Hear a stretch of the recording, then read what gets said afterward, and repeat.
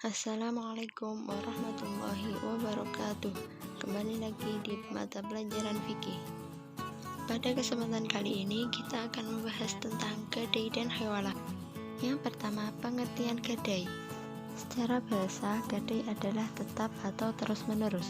Sedangkan secara istilah adalah menjaga harta benda sebagai jaminan hutang agar hutang itu dilunasi atau dibayarkan harganya jika tidak dapat mengembalikannya atau jika dia berhalangan untuk melunasinya. Yang kedua, dasar hukum gadai. Pada dasarnya, hukum asal gadai adalah mubah atau diperbolehkan.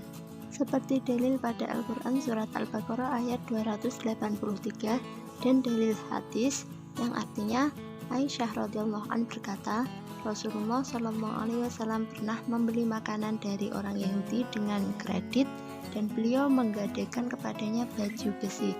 Hadis riwayat Al-Bukhari. Yang ketiga, rukun dan syarat gadai. Rukun tersebut unsur-unsur yang wajib ada dalam setiap akad, dan apabila salah satunya tidak ada, maka akad tersebut menjadi rusak. Jika ketentuan terpenuhi sesuai dengan syariah, maka akad gadai tersebut sah. Yang keempat, ketentuan umum dalam gadai. Ada beberapa ketentuan umum dalam muamalah gadai setelah terjadinya serah terima barang gadai, yakni yang pertama, barang yang dapat digadaikan tersebut barang yang memiliki nilai ekonomi. Kemudian, barang gadai adalah amanah. Dan yang ketiga, barang gadai dipegang pemberi hutang. Yang terakhir, hikmah gadai. Hikmah disyariatkan gadai di samping dapat memberikan manfaat atas barang yang digadaikan, juga dapat memberikan keamanan bagi orang yang menggadaikan dan penerima gadai bahwa dananya tidak akan hilang. Kemudian hiwalah. Pengertian hiwalah artinya pindah. Hiwalah juga bisa diartikan pemindahan atau pengalihan hak untuk menuntut pembayaran hutang dari satu pihak ke pihak yang lain. Selanjutnya, dasar hukum hiwalah.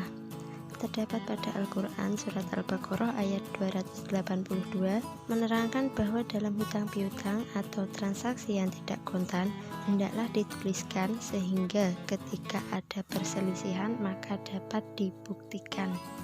Yang ketiga, rukun hiwalah. Rukun hiwalah ada 5. Yang pertama, orang yang berhutang. Yang kedua, orang yang berpiutang atau memberi pinjaman. Yang ketiga, orang yang menerima hiwalah. Yang keempat, hutang. Dan yang kelima, ijab qabul. Syarat hiwalah. Yang pertama, muhil. Syaratnya balik atau berakal dan ridho, tidak dipaksa. Kemudian muhal.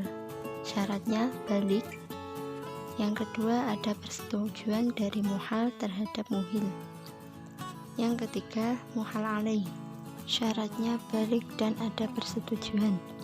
Kemudian hutang yang dialihkan, syaratnya sesuatu yang dialihkan itu adalah sesuatu yang sudah dalam bentuk hutang piutang yang pasti. Dan hutang muhil kepada muhal maupun muhal alaih sama dalam jumlah dan kualitasnya. Jenis-jenis hiwalah.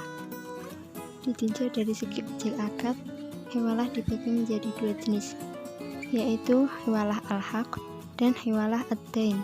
Kemudian ditinjau dari segi akad, hiwalah ada 2, yaitu hiwalah al-muqayyadah dan hiwalah al-mutlaqah.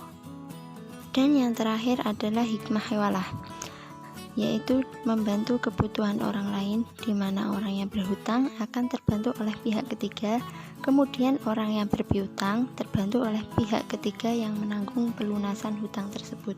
Terima kasih. Wassalamualaikum warahmatullahi wabarakatuh.